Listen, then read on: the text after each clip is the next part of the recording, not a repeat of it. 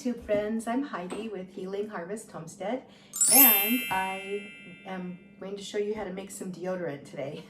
That's because once again I'm out, so it's time to make some more.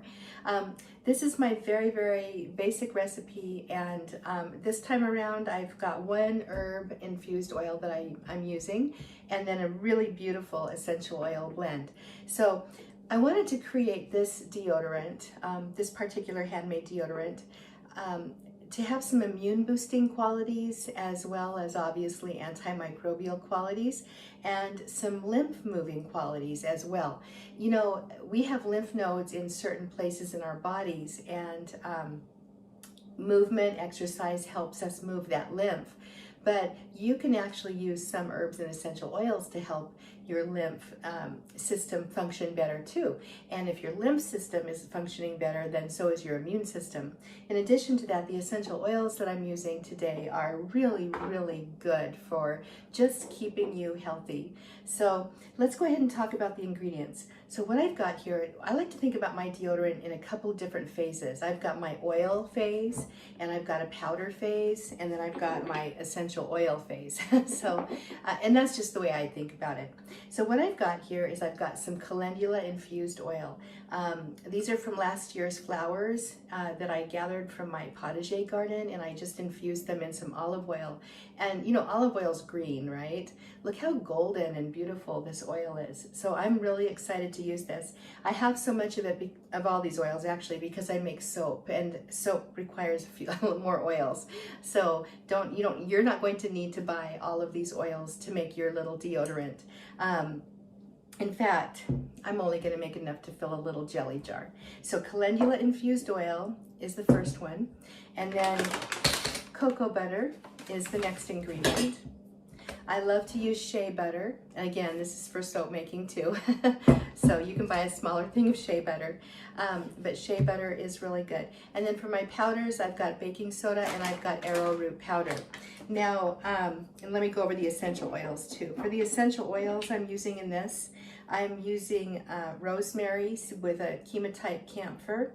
You can just use regular rosemary too. Clove bud essential oil. Thyme, and in this case I'm using the chemotype linalool because it's so calming and soothing, but you can use regular thyme essential oil as well. You could also substitute it with tea tree essential oil. I've got some lavender essential oil, and I've got some orange essential oil. So I'll give you those percentages in a moment, and I'll show you how I make a stock blend too. So there's a little bit going on with this recipe. So let's go ahead and get started. So the first thing I like to do is I get a pint jar, and this is actually one I use specifically for making deodorant. So that's why there's a little residue in there. And I'm going to use a tablespoon measurement, and I'm going to measure out 1 tablespoon of my calendula infused oil.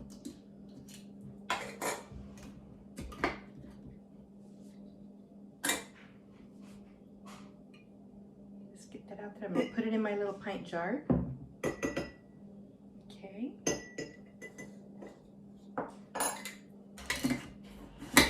And then I want 2 tablespoons of my cocoa butter. And I've got these big, huge hunks here. This is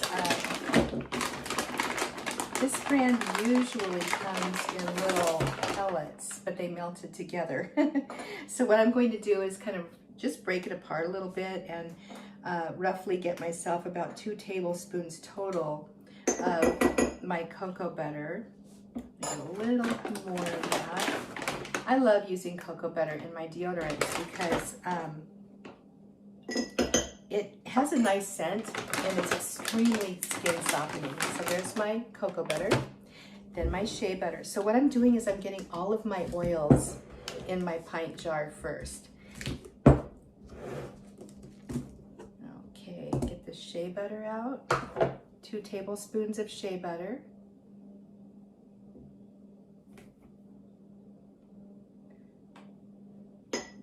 All right, and now what I'm going to do is I'm going to melt my oils together.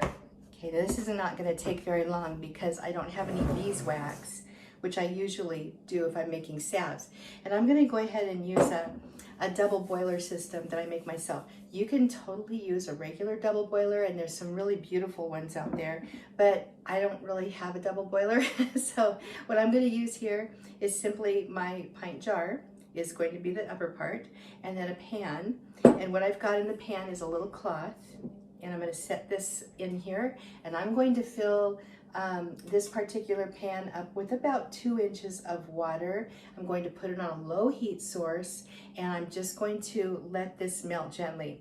The reason I have the cloth on the bottom of this pan is because you'll find that as your water heats up and starts bubbling, your jar starts to jiggle, and I don't like it to jiggle on the bottom of the pan. I've never had a jar break, but I don't want to take the chance. So let's go ahead and get this the oils melted together. Okay, so here you can see the double boiler in action.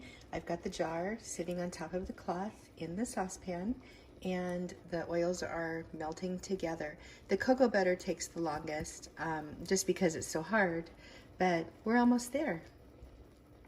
Okay, so here's our liquid oils, and I'm going to go ahead and put the jar down here on the table. Let me put it where you can see this. All right, and now I'm going to go ahead and add my powders.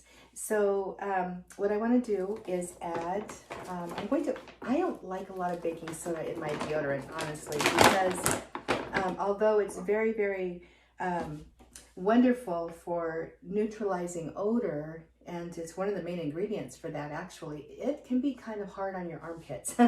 So if you have trouble with having sensitive armpits like me, you might just want to go with about 1.5 tablespoons of the baking powder, or baking soda, sorry.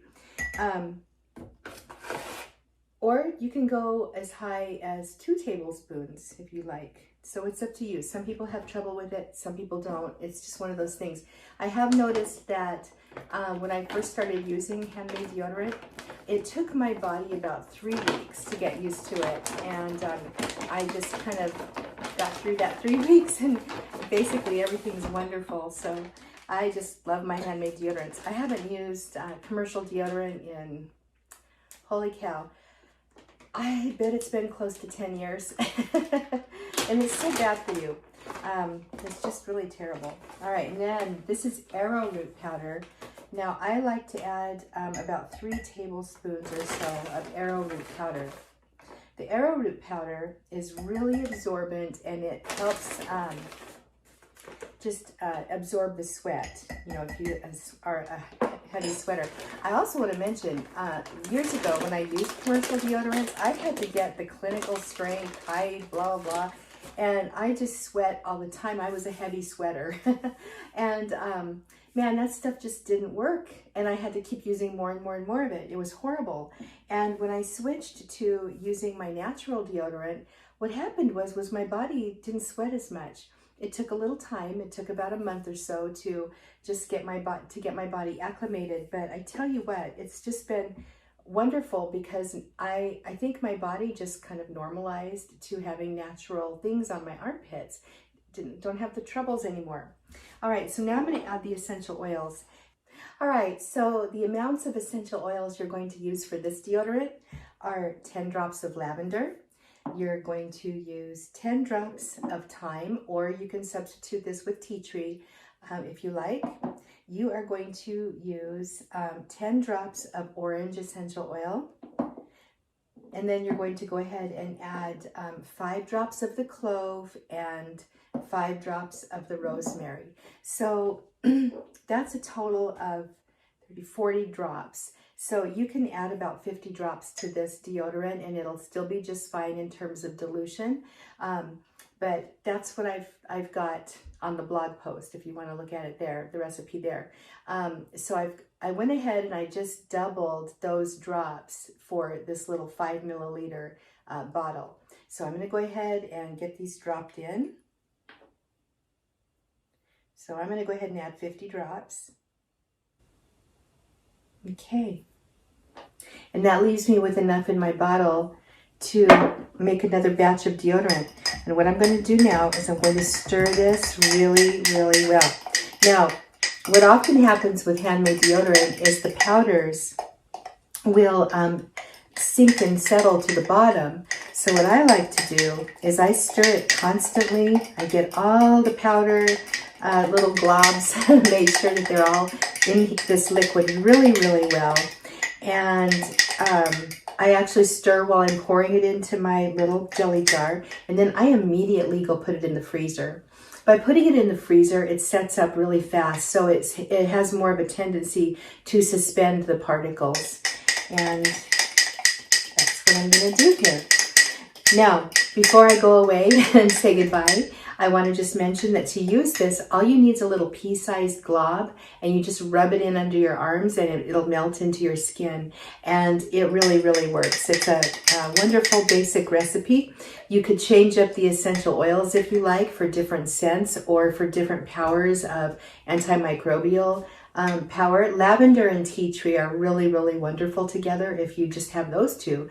So I hope you enjoyed this, and I hope you'll subscribe. By the way, for a limited time, I'm starting up an aromatherapy membership. It's called the Confident Oily Crew, and it's going to be a membership where you're going to learn monthly information about essential oils, how to use them in your daily life, safety issues, safety information, how to use them with pets, is it safe to ingest or not. So you're going to be learning a whole bunch of different things. In addition, we're going to talk about an essential oil myth every single month too. So it doesn't cost very much. This is a founding member thing. I'm only offering it to a limited few people for $10 a month. So there's a link down there. You can sign up.